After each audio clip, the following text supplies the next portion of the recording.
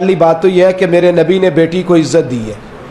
بیٹیوں کو سمجھنا چاہیے کہ بیٹی کو عزت ہی میرے رسول نے عطا فرمائی ہے. حبیب پاک صلی اللہ علیہ وسلم نے فرمایا گرچہ مشکل ہے لیکن جس نے 4 بیٹیاں یا 4 بہنیں پال لی اس کے ذمے آ گیا بہنوں کا پالنا. باپ کسی وجہ سے کمزور ہو گیا یا کسی وجہ سے والد کا انتقال ہو گیا اور عرش کے مالک نے بیٹیوں کی ذمہ داری بھائی کو دے دی. فرمایا اگر 4 بیٹیاں یا 4 بہنیں فرمایا اگر وہ تیرے حصے میں آ گئی. ویسے تو لوگ پراپرٹی بانٹتے ہیں نا باپ کی, ویسے تو لوگ باپ کی جائیداد اور اس کا روپیہ اور اس کا بینک بیلنس بانٹتے ہیں. اگر بٹتے بٹتے تیرے حصے میں باپ کی بیٹیاں آ گئی تو آمینہ کے معصوم بیٹے اور حضرت فاطمہ کے بابا فرماتے ہیں کہ تو ان کی اچھی تربیت دینا, انہیں ڈانٹنا نہ, انہیں تکلیف نہ دینا, اچھی تربیت کر کے تو ان کی شادی کر کے میرے پاس آنا. اور میں جس طرح یہ میری 2 انگلیاں جڑی ہوئی ہیں اس طرح تو میرے ساتھ جوڑ کے جنت میں داخل ہو جائے گا. اس طرح میرے ساتھ بولیے میرے ساتھ جوڑ کے. حضرت عباس حضور کے چچا ہیں, کہتے ہیں حضور جس کی 4 نہ ہو 3 ہو. تو میرے حبیب نے فرمایا اللہ 3 والے کو بھی اسی طرح کا اجر عطا فرمائے گا. حضور جس کی 2 ہو فرمایا تو کوشش کر, محنت کر, تو ان کی اچھی پرورش کر, ان سے پیار کر, اس طرح میرے ساتھ جڑ کے جنت میں داخل ہو جائے گا. حضرت عباس کہتے ہیں ہم نے ایک کے بارے میں پوچھا ہی نہیں اور ہمیں پکا پتہ ہے جو ایک کی بھی پرورش کرے گا اسے بھی اللہ کے رسول جنت میں بازو تھام کے لے کر کے جائیں گے. حضرت فاطمہ کہتی ہے میں نے آنکھ کھولی نا جب گھر میں 5 سال عمر حضرت فاطمہ کی تھی جب نبی پاک نے اعلان نبوت فرمایا. ان روایات میں اختلاف رہتا ہے, کبھی کمی بیشی بیان کی جائے یا کہیں ہو جائے تو یہ چونکہ بڑی مضبوط روایات ملتی نہیں. 5 سال عمر تھی میری جب حضور نے اعلان نبوت کیا تو کہتی ہے میں نے گھر میں دکھ دیکھے, آزمائشیں دیکھی, لیکن ہر گام پہ میں اپنے نبی کے ساتھ کھڑی رہی. ہر گام پہ.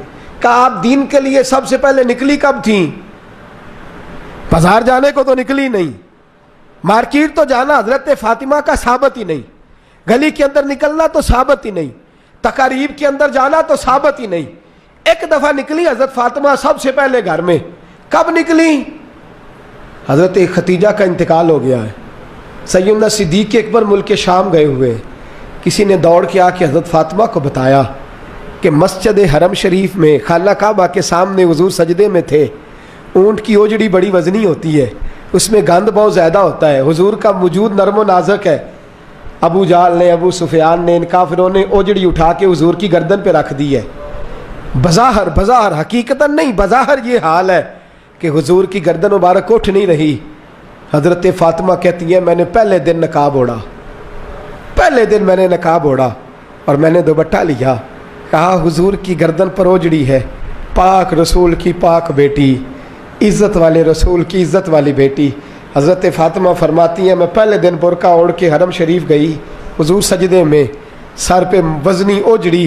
فرماتی ہے میں نے کھینچ کے اتاری, حضور کھڑے ہوئے, میں روئی نہیں, میری آنکھوں میں آنسو نہیں, میں نے حضور کی انگلی تھامی. آپ فرماتی ہیں ساری کائنات مصطفیٰ کے پیچھے اور نبی میرے پیچھے پیچھے. فرماتی ہے میں گھر نہیں لائی نبی پاک, حضور نے بھی نہیں پوچھا بیٹے کدھر جانا ہے, سیدھی میں آب زمزم کے کنویں پہ لے گئی. فرماتی ہیں بظاہر بالوں میں وہ اونٹ کی اوجڑی کے ذرات لگ گئے تھے. فرماتی ہیں لوٹے میں پانی بھرا, ایک ہاتھ سے میں پانی ڈالتی, دوسرے ہاتھ سے حضور کی زلفوں کو سنوارتی. فرماتی میں دھوتی جاتی, فارغ ہوئی حضور کے کپڑوں کو میں نے دھویا, وجود پہ پانی ڈالا. میرے دوستو یہ انداز محبت, یہ انداز وفا, یہ انداز تربیت. فرماتی ہیں پھر میں نے اپنے دوپٹے سے حضور کے بالوں کو صاف کیا, پھر کہا حضور چلیے. نبی پاک اٹھے, انگلی میں نے تھام لی.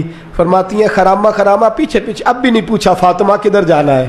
فرماتے ہیں حضور سید عالم صلی اللہ علیہ وسلم کو گھر لائی, چارپائی پہ بٹھایا اور بٹھا کے دودھ کا پیالہ میں لائی, حضور کو دیا.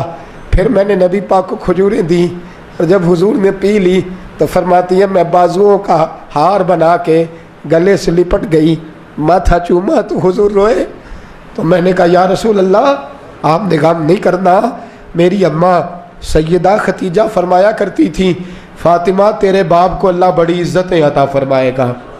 بڑی فرماتی ہیں وہ پہلے دن میں دین کے لیے نکلی، پھر میں بدر میں بھی مصطفیٰ کے ساتھ گئی، احد میں بھی گئی، میں خندق میں بھی گئی، میں پھر حضور سید عالم صلی اللہ علیہ وسلم کے ساتھ احد میں جب نبی پاک صلی اللہ علیہ وسلم کو زخم لگ گئے، حضور کے دانت مبارک شہید ہو گئے، وجود سارا زخموں سے بھر گیا، تو میرے رسول پاک صلی اللہ علیہ وسلم کے سامنے حضرت علی آئے۔ میں نے الحمدللہ اس غار کی زیارت کی ہے میدان احد میں جس میں میرے نبی نے آرام فرمایا تھا۔